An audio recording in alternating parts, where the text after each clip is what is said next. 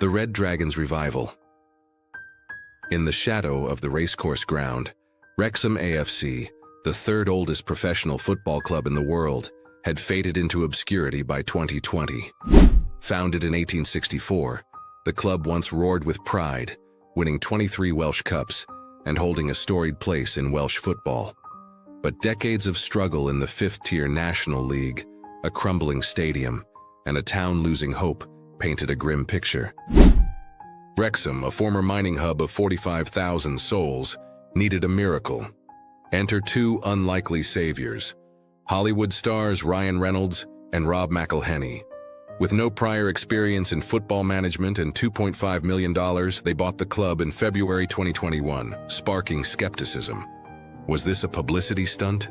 Their vision, pitched via video to the Wrexham Supporters Trust, promised investment, a new training facility, and a vow to crush rivals Chester. The fans, desperate for change, approved the takeover with 98.6% support. The duo's arrival wasn't just a cash injection, it was a cultural earthquake. Their docuseries, Welcome to Wrexham, premiered on FX in 2022, blending match highlights with the town's heartbeat. Stories of pub landlord Wayne Jones, whose business doubled, and Kerry Evans, who expanded disability access at the club. The series won 8 Emmys, turned players like Paul Mullen into global names, and drew tourists from Ohio to Columbia to the Turf Pub next to the stadium. On the pitch, the Red Dragons roared back. In 2022-23, Wrexham clinched the National League title, ending a 15-year exile from the English Football League. The next season, they secured promotion to League One, finishing second behind Stockport County. By April 2025, Wrexham sat second in League One, one win from a historic third consecutive promotion to the Championship, defying odds with signings like Premier League veterans Jay Rodriguez and Stephen Fletcher. Off the field, sponsorships with TikTok, Expedia, and United Airlines fueled a $34.5 million turnover, while social media followers soared past Premier League clubs like Brighton.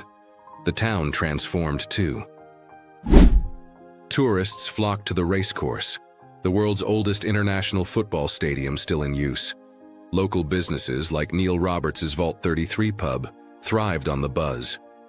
Reynolds and McElhenney mingled with fans, donated to community causes, like $6,000 for supporter Aidan Stott's accessible bath, and backed the Wrexham Miners Project. Even King Charles III visited in 2022, marveling at the revival. Yet not all was smooth. Critics like Charlton's manager Nathan Jones in 2025 called Wrexham a circus, a jab manager Phil Parkinson rebuffed as disrespectful to the club's heritage. Reynolds admitted the stress of the promotion chase gave him an 8-inch ulcer. Still, the club's bond with Wrexham deepened. When 12-year-old fan Archie White, battling rare cancer, visited training in 2025, players like George Dobson found perspective. We're just playing a game of football. As Wrexham faced Charlton on April 26, 2025, with promotion on the line, the racecourse buzzed with 10,500 fans, locals and global pilgrims alike. Win or lose, Wrexham AFC had reclaimed its soul, proving that even a Hollywood script couldn't outshine the real underdog story of a town and its team rising together.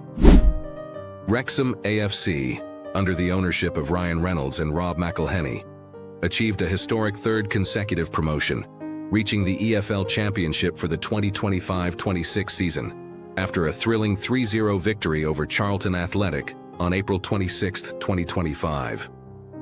The Red Dragons, who were in the National League just 3 years prior, capitalized on Wycombe Wanderers' 2-2 draw against Leyton Orient to secure second place in League One with 89 points. This marks Wrexham's return to the second tier of English football for the first time since 1982, fueled by Hollywood investment, a global fan base from Welcome to Wrexham, and the leadership of manager Phil Parkinson.